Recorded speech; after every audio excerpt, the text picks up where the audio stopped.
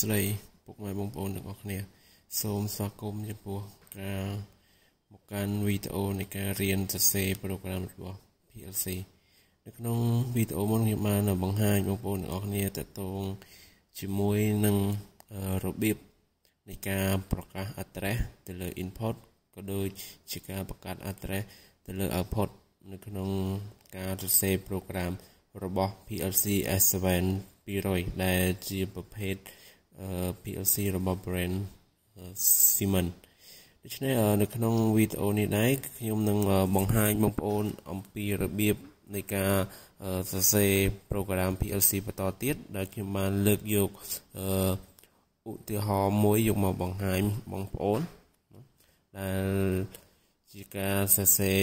ប្រូក្រាមសម្រាប់បងប្អូនដែលគាត់ទើបតែចាប់ផ្ដើមអញ្ចឹងបើសិនជាបងប្អូនចង់ទទួលបានទៅជាមួយនឹងវីដេអូថ្មីបន្ថែមទៀតក៏ដូចជា software របស់ PLC S7-200 ក៏ដូចជា software ដើម្បីធ្វើការ simulation និង software PLC ផ្សេងជាច្រើនទៀតបងប្អូនសូមជួយចុច subscribe ទាំងអស់គ្នាក៏ដូចជាធ្វើការ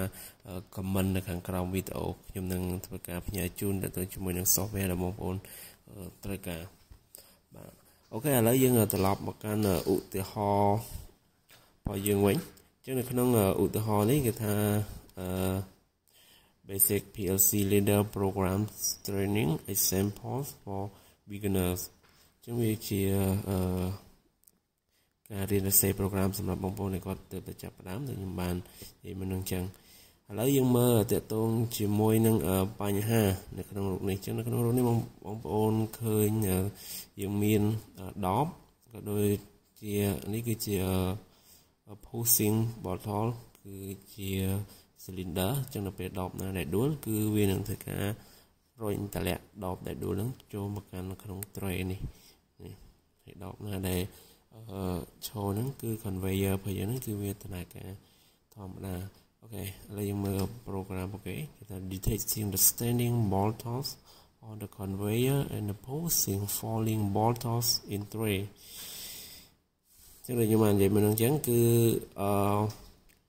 ដបណាដែលដួលគឺត្រូវធ្វើការធាក់វាចោលចូលមកកាន់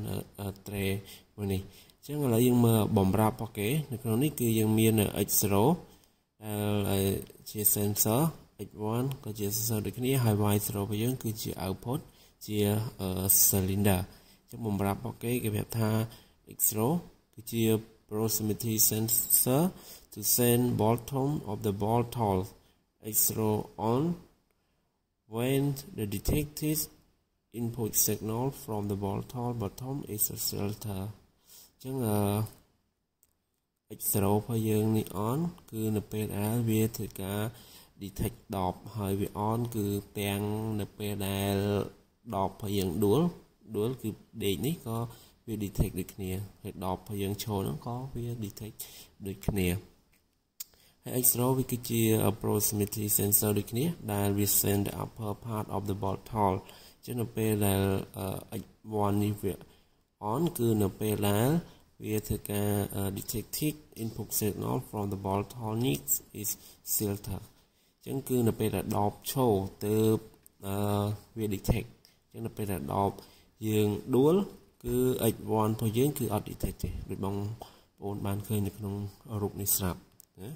បាទតោះឥឡូវយើងចាប់ផ្ដើមមកធ្វើការសរសេរប្រូក្រាមហើយការសរសេរប្រូក្រាមនេះគឺគ្រាន់តែជាការសរសេរបែប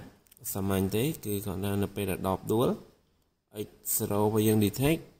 X1 អត់ detect គឺមានថាដបរបស់យើងគឺត្រូវបានដួលអញ្ចឹង Y0 របស់យើងនេះគឺ on ស្មើ1ពេលវាស្មើ1គឺវានឹងធ្វើការ pushing ដបវានេះចូលមកកាន់ tray នេះអញ្ចឹងមកក្នុងលក្ខខណ្ឌដបដែលឈរមានន័យថាគឺវា detect ទាំងពីរ X0 ក៏ detect X1 ក៏ detect អញ្ចឹងគឺវាអត់មានដំណើរការទេគឺ output របស់យើងគឺ 0អូខេតោះឥឡូវយើងចូលទៅកាន់ការសរសេរប្រូក្រាមអញ្ចឹងក្នុងការសរសេរប្រូក្រាមដូចខ្ញុំបានធ្លាប់បង្ហាញបងប្អូនទាំងអស់គ្នាហើយគឺយើងប្រើ S7 microwin ហើយកម្មវិធីពីរទៀតនេះគឺយើងប្រើដើម្បី simulation អញ្ចឹងបងប្អូនចង់បានដូចខ្ញុំបានបញ្ជាក់មុននឹងអញ្ចឹងសូមជួយ subscribe ទាំងអស់គ្នាហើយធ្វើការ comment នៅខាងក្រោមខ្ញុំនឹងផ្ញើជូនបងប្អូនតាមរយៈ email cái là em bao cảm thì sẽ program PLC mà chẳng là môn nâng cho đó cả thật sẽ nhập số mà thực bạc ca tại tôi chỉ muốn nâng input nâng output cứ tại tôi chỉ muốn nâng variable là dùng vô một pra chẳng nó nâng cứ dùng miền sensor cho nó phí là tăng lại x0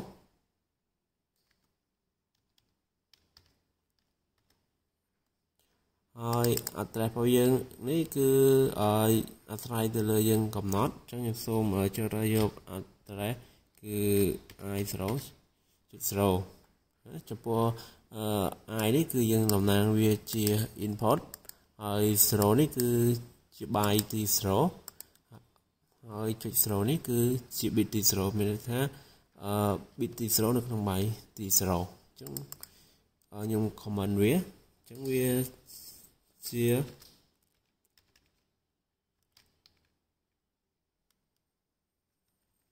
chia bottom sensor chia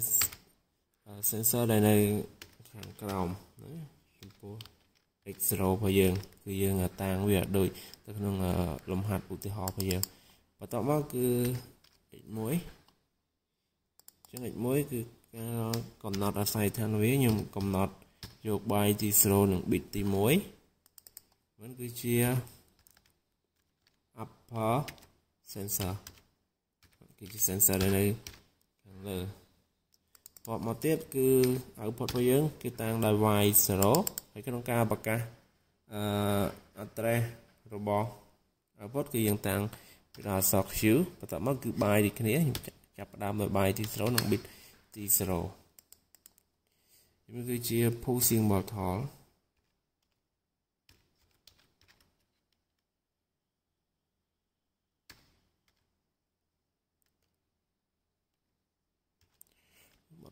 ok chẳng là tẹt tông chỉ muối nâng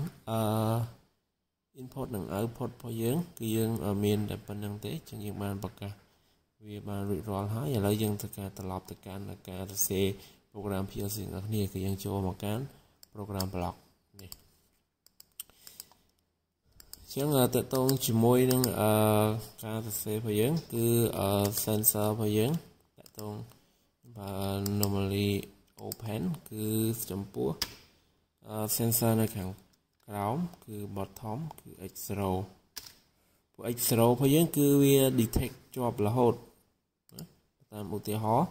cứ vi detect job là hot chẳng nhưng phải vi chỉ normally open chẳng là bây giờ vi detect cứ vi smart mùi top móc cứ x1 ở đây con này nhóm ai vay về chia x1 được x0 bán hay về load address cho mau direct để sang tại nhóm bán bậc cả variable về hai một lần nhé cho nên phải là vay ta symbol về vía x0 được x1 được về load address mau direct chứ nhóm phá x1 ấy cứ chia normally close chia normally close để sang tại nó bây giờ đọc đuôi cứ bị detect nó bây giờ đọc đuôi là detect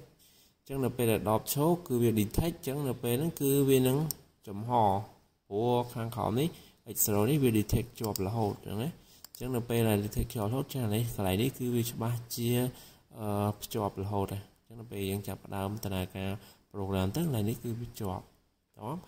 chẳng là bây giờ đọc đuôi cái này cứ với smart số x0 và smart số chẳng lại này dùng pravia chia normally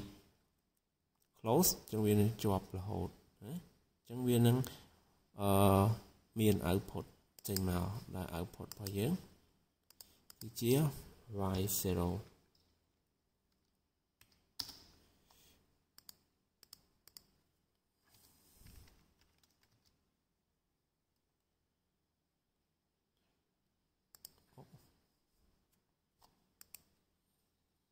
y 0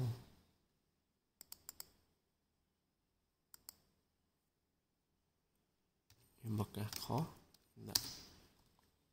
y ok chẳng ca là xây program mà chẳng cứ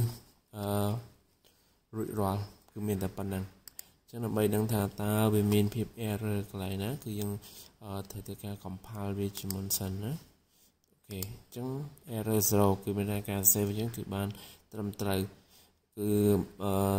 មិនមានកន្លែងណាខុសទេចឹងចង់ដឹងថាតើដំណើរការរបស់វាត្រឹមត្រូវបន្តទៀតដែរទេអញ្ចឹងគឺយើងត្រូវធ្វើការ simulation តាមរយៈ software ដែលមានលក្ខណៈជា 2D អញ្ចឹងដើម្បីអាចយក program នេះយកទៅធ្វើ simulation បានបងប្អូនត្រូវធ្វើការ export file program របស់យើងជាមុនសិនអញ្ចឹងបងប្អូនចូលទៅកាន់ file នេះមកដើម្បីយកពាក្យថា export ហើយសូមធ្វើការជ្រើសរើសទីតាំងដើម្បីធ្វើការរក្សាទុកនៅ file ដែលយើងធ្វើការ export នេះគឺបងប្អូនទុកនៅកន្លែងណាក៏បានដែលងាយស្រួលនឹងរកអញ្ចឹងខ្ញុំទុកវាលើ desktop ខ្ញុំបង្កើត folder ថ្មីមួយគឺ folder 2ខ្ញុំដាក់ថាS7-200 simulation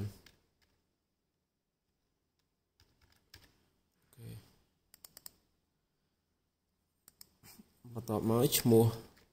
program របស់យើងខ្ញុំដាក់ថា example1 អូខេដល់យើងធ្វើការ save អូខេអញ្ចឹងរួចរាល់អញ្ចឹងដើម្បីធ្វើការ simulate អញ្ចឹងយើងត្រូវការកម្មវិធីពីរនេះអញ្ចឹងដំបូងបងប្អូនត្រូវចូលមកកាន់កម្មវិធីនេះជាមុនសិនបើកវាមកតោះមកបងប្អូនចូលកន្លែង program តោះមកយកពាក្យថា load program យកពាក្យថា accept ហើយទៅធ្វើការស្វែងរកfile program ដែលយើងធ្វើការ export ចេញមកមិញអញ្ចឹងខ្ញុំដាក់នៅលើ desktop ហើយ S7-200 simulation នេះ example1 អូខេពាក្យថាអូខេអញ្ចឹងនេះវានឹងបង្ហាញ program ដែលយើងធ្វើការសរសេរមិញហើយនេះជា program ជា structure ទៅយើងអត់ធ្វើការប្រើទេយើងបិទវាចោលទៅអូខេបន្តមកទៀតបងប្អូនចុចកន្លែងនេះមកនេះ interchange input នេះមកចុចវាឲ្យវា load ទៅខ្វែងអូខេបើសិនជាវាអត់ load ក៏អត់អីដែរកន្លែងថងកន្លែងនេះអាច run វាមកវាវិញ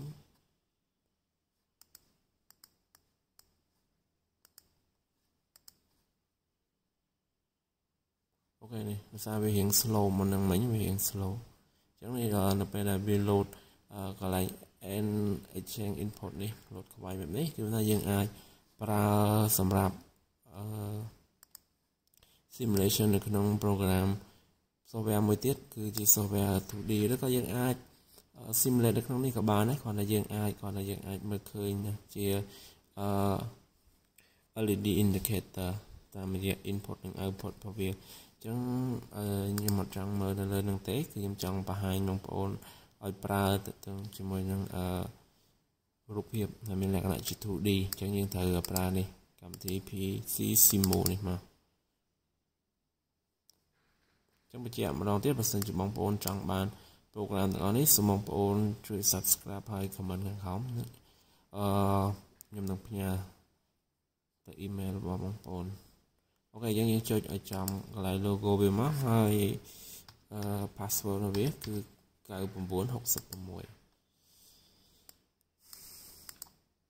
ញ្ចឹងនៅក្នុងការ simulation នេះគឺយើងប្រើទៅជាមួយនឹង proximity sensor ចំនួន2គ្រាប់យ៉ាងនេះគឺជា proximity sensor យើងយកកន្លែងនេះមកអូខេហើយយើងប្រើវាជា normally open ហើយយើងជ្រើសរើសវាជាប្រភេទcapacitive ព្រោះវាដបរបស់យើងវាអាចជាដបជ័រឬក៏អីហ្នឹងចឹងយើងប្រើជា capacitive ហើយ address របស់វាគឺI070 អានេះគឺជា X0 ណាគឺជា sensor ដែលនៅខាងក្រោមអូខេអានេះតើតើជាមួយនឹងប្រវែងរបស់វាចឹងយើងអាចដាក់ឲ្យវាវែងតិចមកក៏ល្អដូចគ្នាចឹងខ្ញុំដាក់50អូខេបងប្អូនគូសមកបងប្អូនចង់បានរូបរាងវាប៉ុណ្ណាបងប្អូនអាចគូសវាមកចានេះគឺជា sensor នៅខាងក្រោមខ្ញុំយកទៅយកមួយទៀតគឺ គឺកន្លែងតារាហ្នឹងហើយខ្ញុំបដូរកន្លែងនេះ entry របស់វានេះយើងជា input អញ្ចឹងខ្ញុំដាក់វាគឺ i 0.1 ហើយជាប្រភេទ capacitive ដូចគ្នាហើយប្រវែងគឺ50ដូចគ្នានេះខាងលើខ្ញុំគូសវាមកវាប្រហែលគ្នាហ្នឹងមកអូខេហ្នឹងអញ្ចឹងដើម្បីកុំឲ្យច្រឡំបងអាចដាក់ឈ្មោះវាបានឈ្មោះខ្ញុំបង្ហាញតាមក្រោយអញ្ចឹងយើងធ្វើការ output មួយទៀតគឺ cylinder នេះ cylinder យើងចុចវាមកចឹងវានឹងបង្ហាញ cylinder របស់យើងគឺយើងប្រើជាប្រភេទ single ទេចឹងខ្ញុំយកនេះ single stage អូខេចឹង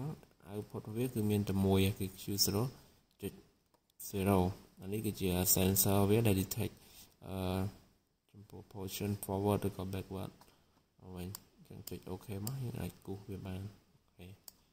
ហ្នឹងចឹងយើងធ្វើការដាក់ឈ្មោះរបស់វានេះយើងយកកន្លែងអក្សរ A នេះមកជា text ចឹងខ្ញុំដាក់ថាbottom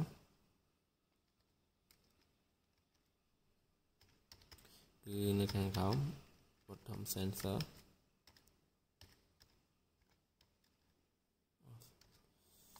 អូខេយើងចុចវាមួយមកចឹងនេះដាក់ឈ្មោះឲ្យវាកុំឲ្យច្រឡំមួយទៀតគឺ upper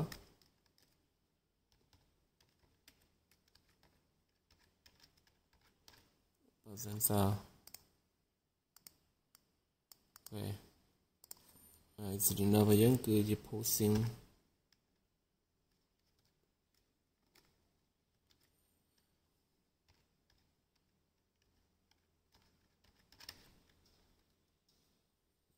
bottom អូខេហើយចឹងខ្ញុំបានដាក់ឈ្មោះវារួចរាល់ហើយចឹងតើតើជាមួយនឹង component ដែលយើងត្រូវការប្រើគឺមានតែប៉ុណ្ណឹងចឹងយើងចូលទៅដល់ការ simulation ចឹងបងប្អូនចុចនេះកន្លែងហុកកុំព្យូទ័រនេះមកចុចវាមួយមកវា load បែបនេះគឺមានថាយើងអាច simulate បានហើយយើងចុចកន្លែងនេះគឺ run វាអូខេចឹងមានដំណើរការនេះគឺ sensor នៃ detect position for cylinder របស់យើងនៅខាងក្រោមនេះគឺជា distance ដែល sensor របស់យើងអាច detect បានអញ្ចឹងនៅក្នុងដំណើរការរបស់យើងនៅពេលដែលដបឈរគឺមានថា sensor ទាំងពីរហ្នឹងគឺវាធ្វើការ detect ទាំងពីរណានេះទាំងខាងលើនិងខាងក្រោមនៃវា detect ទាំងពីរ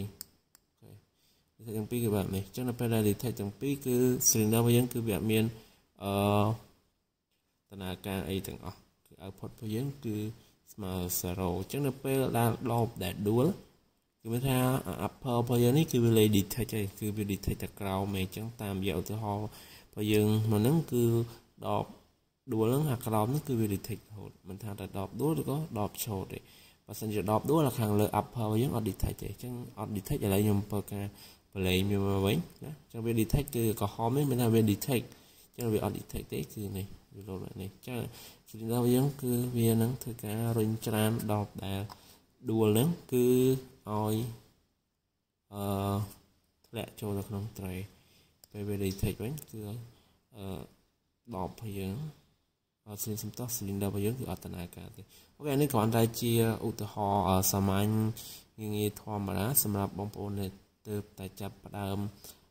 រៀនដូច្នេះបងប្អូនដែលចង់រៀនទៅជាមួយនឹងរបៀបនៃការសរសេរ program PLC មិនថាជាប្រភេទ S7-200 របស់ Siemens ឬក៏ប្រភេទS7-300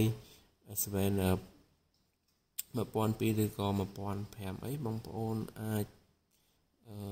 ធ្វើការជួយ subscribe នៅវីដេអូខ្ញុំទាំងអស់គ្នាខ្ញុំនឹងមានជាវីដេអូបន្តបង្ហាញបងប្អូនណាតើតើជាមួយនឹងប្រភេទ PLC ផ្សេងៗជាច្រើនទៀតណាបាទសូមអរគុណ